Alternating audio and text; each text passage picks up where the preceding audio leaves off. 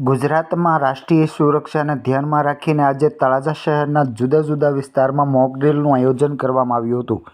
ભાવનગર જિલ્લાના તળાજા શહેરમાં આજે જુદા જુદા વિસ્તારમાં ફાયર વિભાગ દ્વારા મોક ડ્રીલ યોજાઈ હતી, જેમાં સમગ્ર તળાજાની જનતાને લાઇટ બંધ કરી અને સ્વયંભૂ પાલન કર્યું હતું. સમગ્ર તળાજામાં અંધારપટ છવાઈ ગયો હતો.